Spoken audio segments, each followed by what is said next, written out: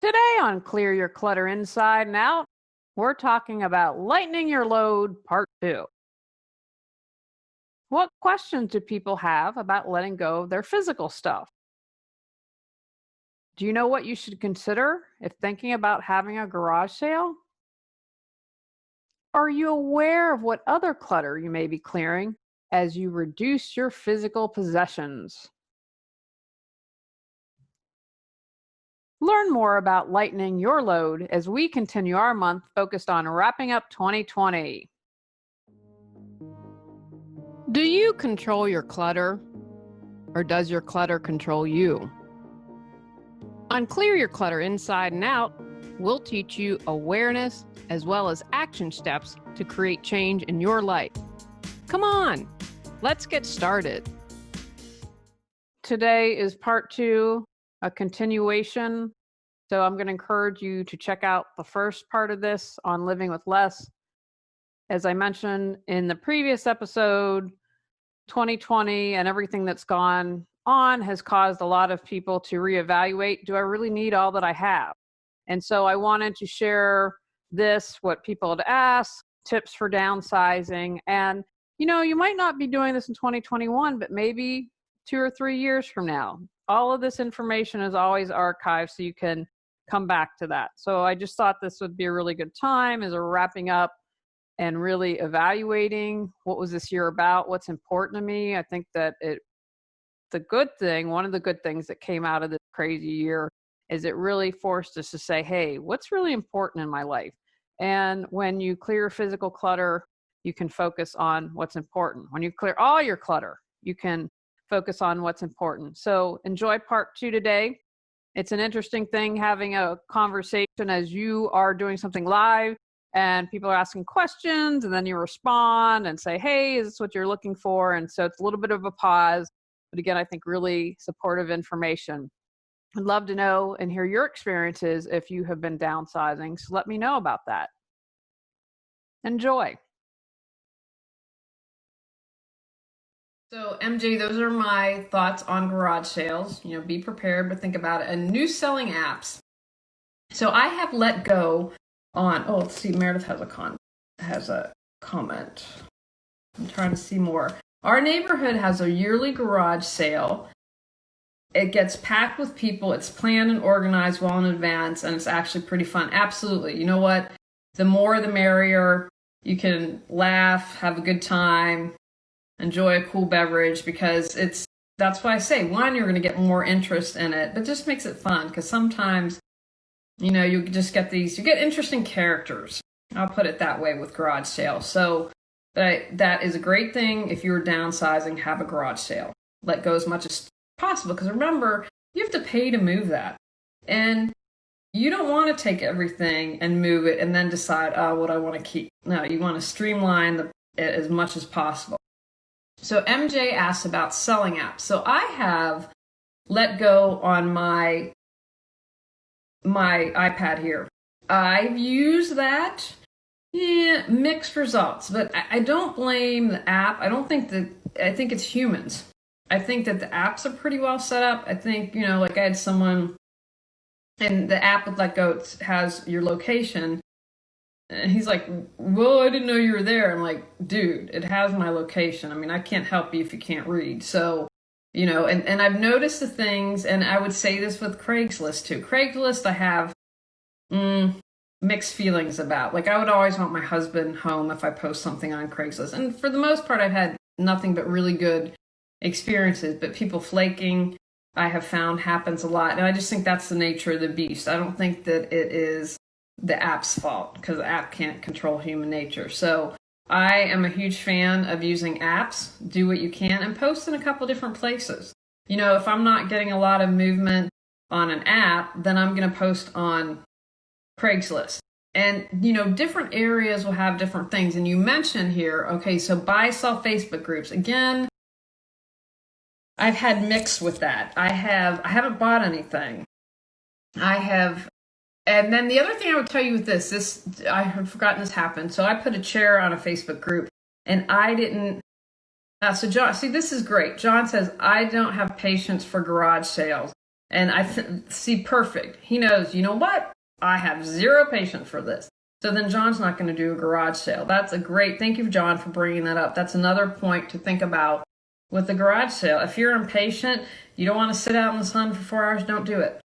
You know, there are options for you. You have people that, there's a guy here in Raleigh, and what he would do is he'd haul away junk for free. And what he did, which was really smart, he'd evaluate. So if it was all stuff he was going to trash, he wasn't going to haul it off. But then he'd figure out, what can I sell in this pile? Another thing that I love that he did is he opened it up to nonprofits. So he would sell some stuff to make money. I mean, he's hired people. He's got to cover his costs. He's got to make money. He's in business. And then have different things for the nonprofits to go through. And he would recycle what he could. So he was my kind of guy. I was really impressed with that. So if that's your option, do something like that. You can do, or you can have a paid service for people to haul junk away. If you're like, I don't want to do garage sales, then do it. Or have a charity. I know that the Veterans has a charity that we've used them, which I love them. If I can donate to them, but they in Raleigh were only in not every zip code, so they're another fan of that. I'll do that. So just MD, I just want to follow up with the buy sell Facebook group. So I had put a chair up, and someone had wanted, but I didn't see the message for like a year, and so my problem with that was that because Facebook I'm really not feeling Facebook today after all the drama to get this started. So the challenge was that I didn't get the message. I could have sold the chair. And so with technology being, and again, that can happen with everything. I just think sometimes Facebook is not set up that well. So again, it goes back, do I want to make money? Do I want a quick sale? Do I want peace of mind? What is most important for me?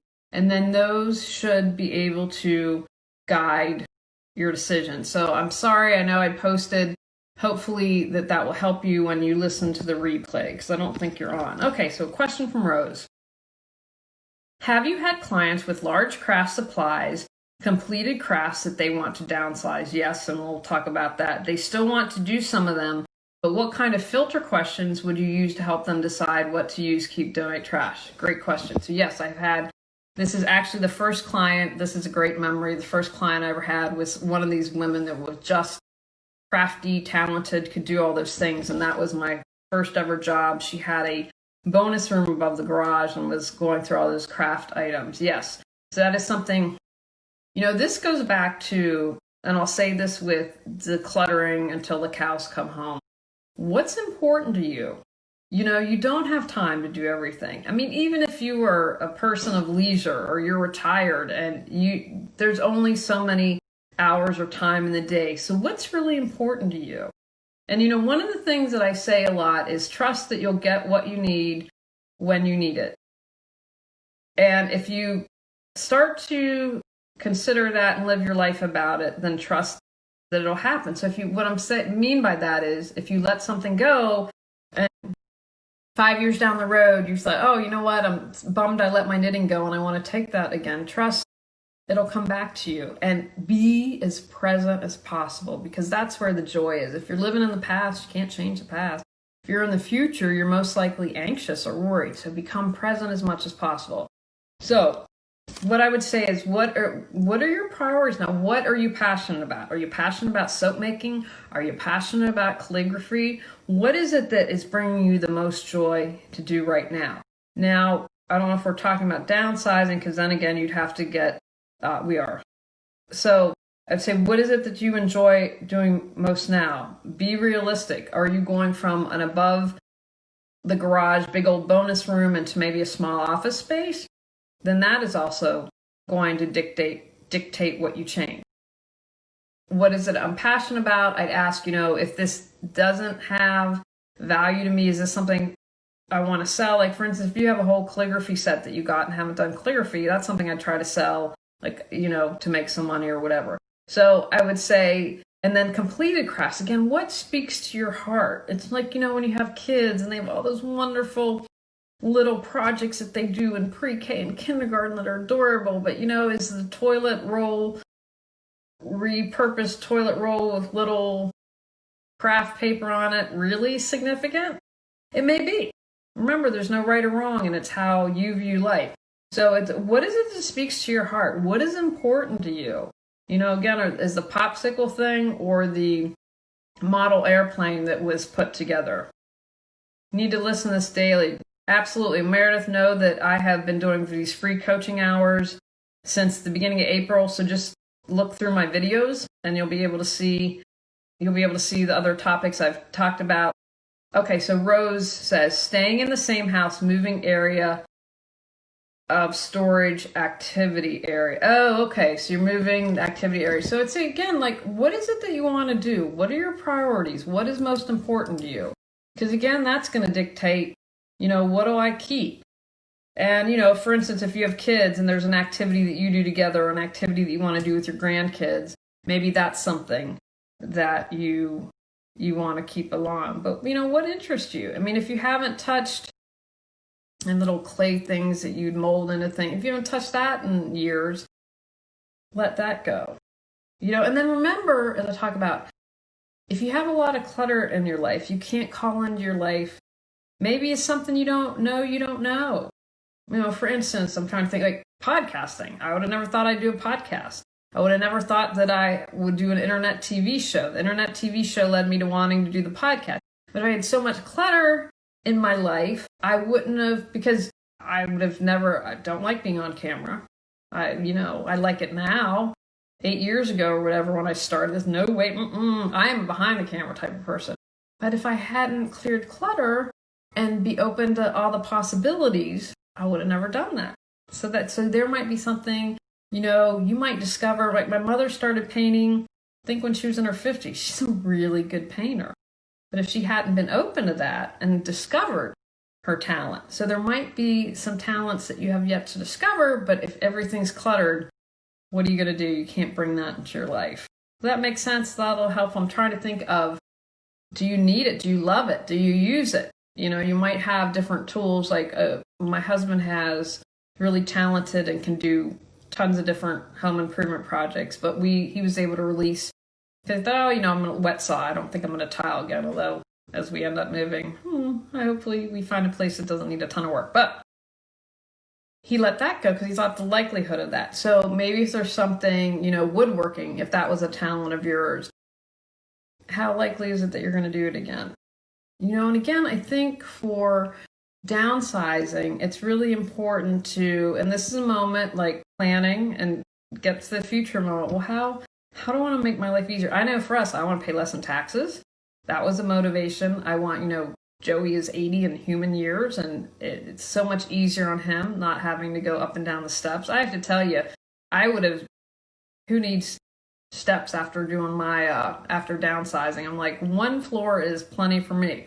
So just, things to think about as you age. So for instance, if you cut tile like my husband are able to do that, or have a very like woodworking or metalworking or something like that, as you age, you might not be able to do it as easily. So those are just different things to think about. Rose, let me know if those are helpful questions.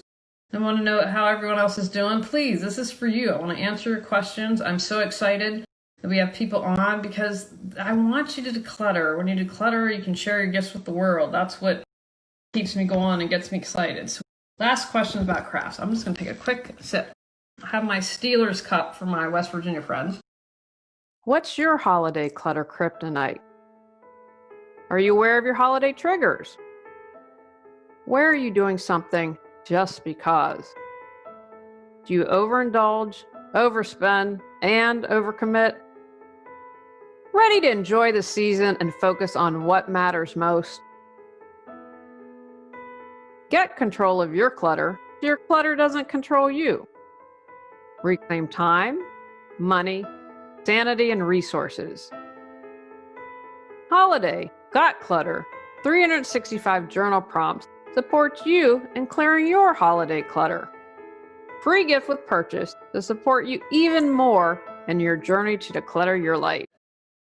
Many beautiful projects were done as stress reliever. Awesome, that's great. I'm proud of you for doing something that relieves your stress.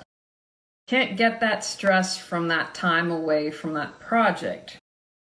Okay, so can't get that stress from that time away from the project. Okay, so I think you mean you can't have stress release if you're not doing the project. So if that's correct, let me know, and I'll have a thought about that. Conflicted if I should keep or do sage candle cleansing work, and how to do that. Okay.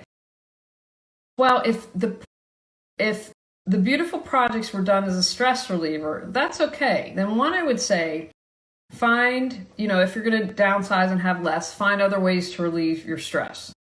I think that there are meditation, walking, for me, mowing the lawn. I do need a WVU one, John. Thank you. I need a WVU cup. I will ask for that next birthday. My birthday's too close this year. I do need it. But hey, I've got the Steelers, so I'm pretty good about that. Let's go Mountaineers. So what I would say is have another plan in place for stress relief, even if it's going out to walk.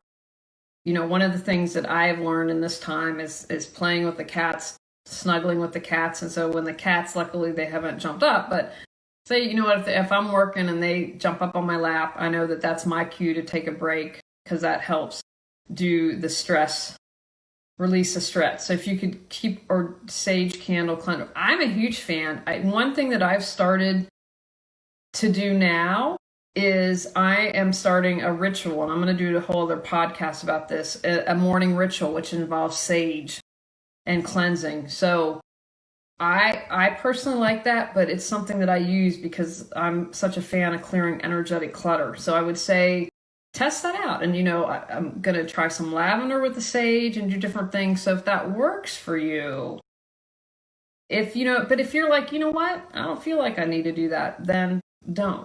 And be okay if that changes. Let's see. So trauma, memory, stress of terrible events happening. Okay, then that's something that you are going to want to heal.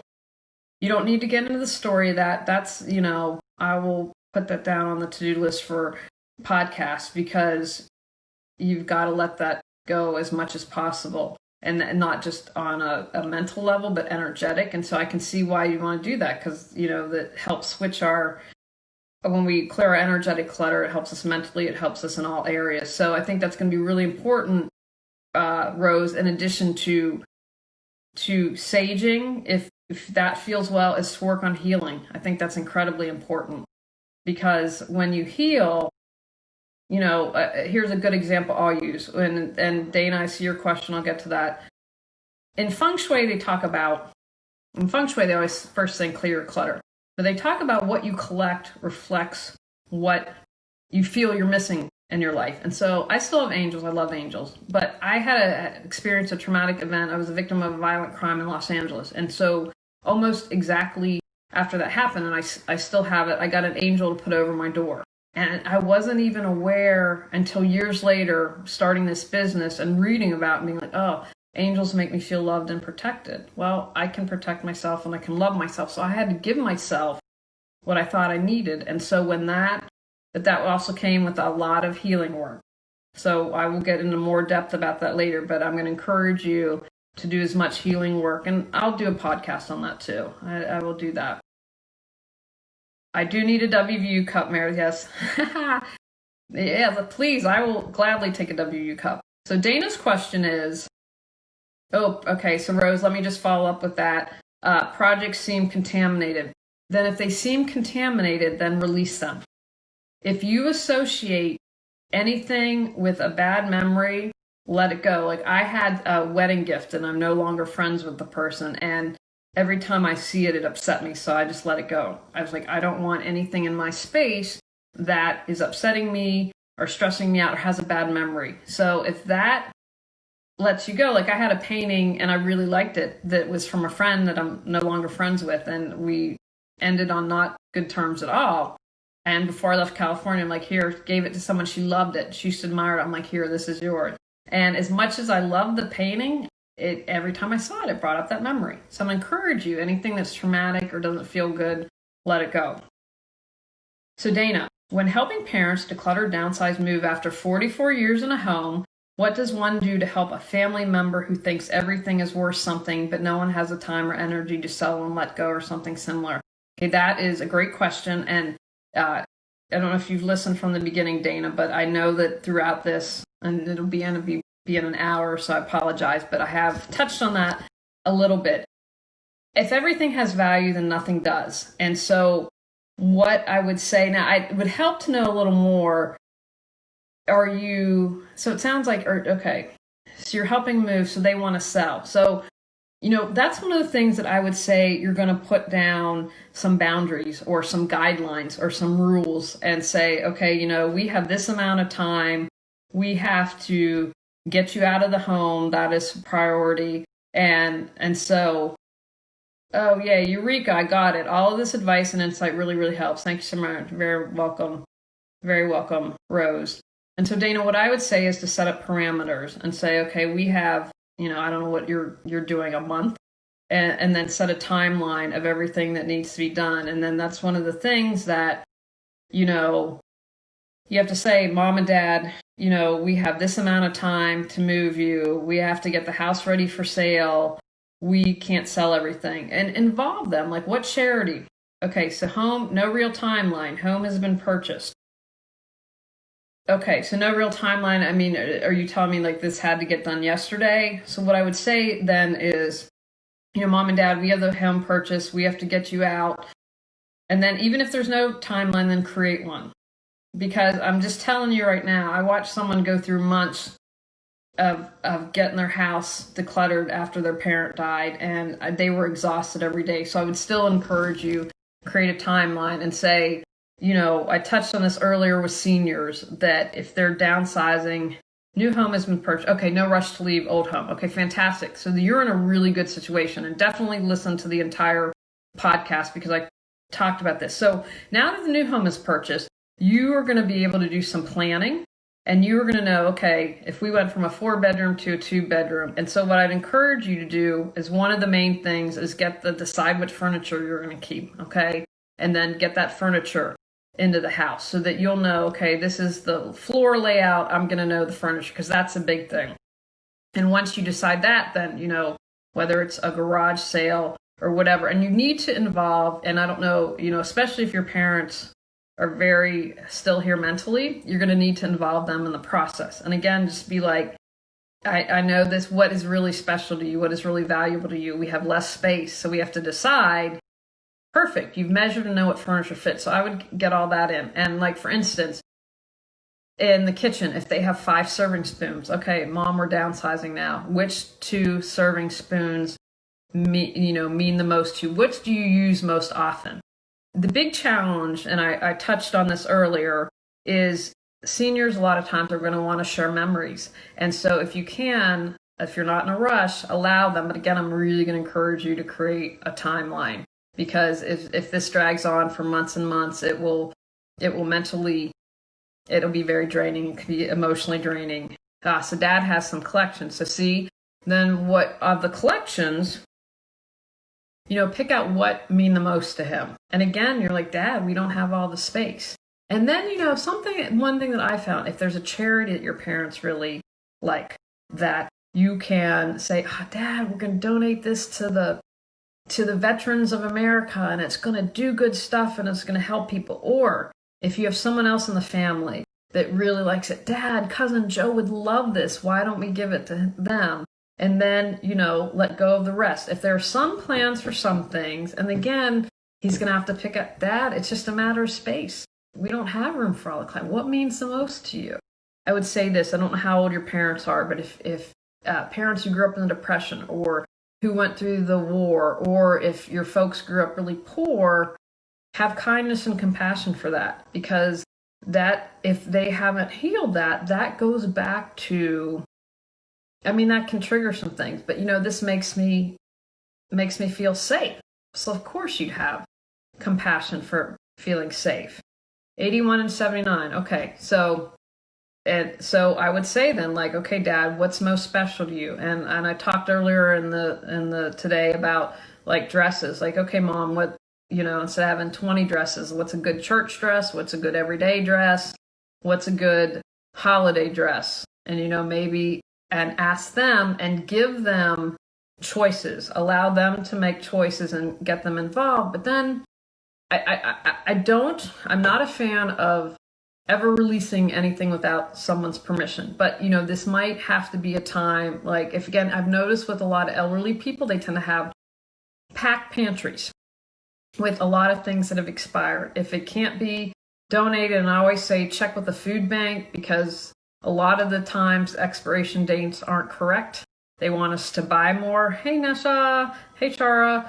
So, and you agree. I'm not sure what you agree with. But so that's for example, in seniors, I found that they hold on to a lot of food. So that might be something you just clear out the pantry without them knowing. I did that. Mother's good at letting things go. Okay, so then let's talk about dads who go on there. But if it's something like the pantry, dad, we have less space, and clear some out without using them. Like I worked recently with before all this happened, with an elderly client, and I had her daughter down. And so we just kind of cleared out some Tupperware. We figured out what she thought, and we didn't let her see all of that. Now she had some dementia going on. There were some other challenges. So I felt comfortable doing that. Her daughter was there, so I felt completely okay. And one of the things, this was very helpful when working with her, is that we would say, we're doing this because of health. Like she had some really old Tupperware, and we were concerned about the BPA and all that. And so we got glass. We got a set of glass containers for her and said, okay, we are worried, about your health. We're doing this for your health and safety. And after about saying it 4 or 5 times, she realized, and again, I'm a stranger in the home, so I can completely appreciate that. She was like, okay, it's about my health and safety. Okay, it's about my health and safety, so let that go. So agree not to force parents anything. Absolutely.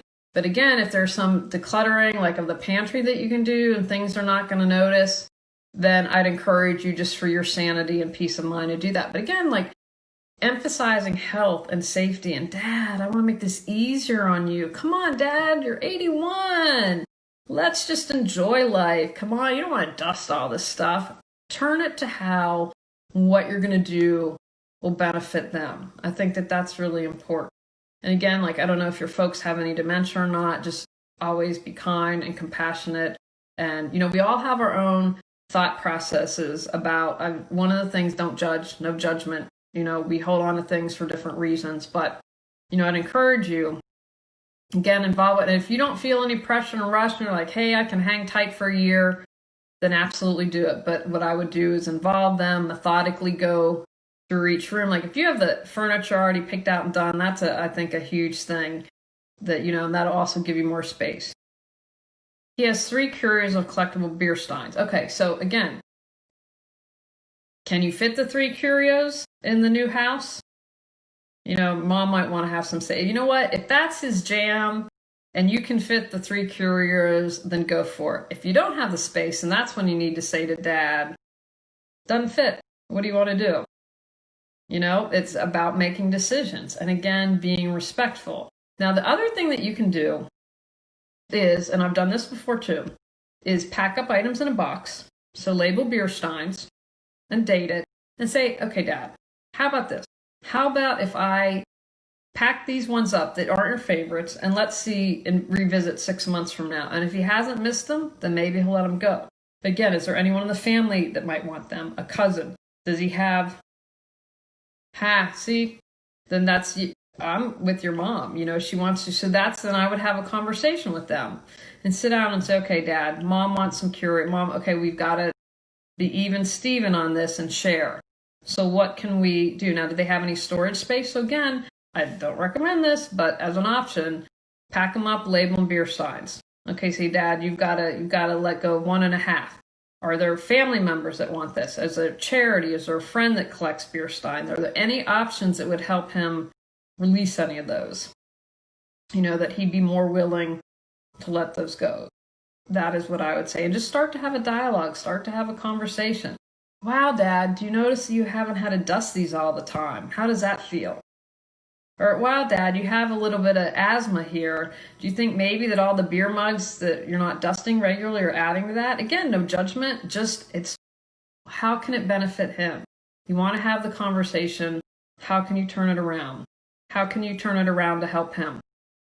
And make them a part of the decision making. But again, you have to balance that with being realistic. So those are my thoughts on that. Hey, Jamie. Dana, you're welcome. Keep me posted. I hope it goes well, and hope those were some valuable suggestions for you.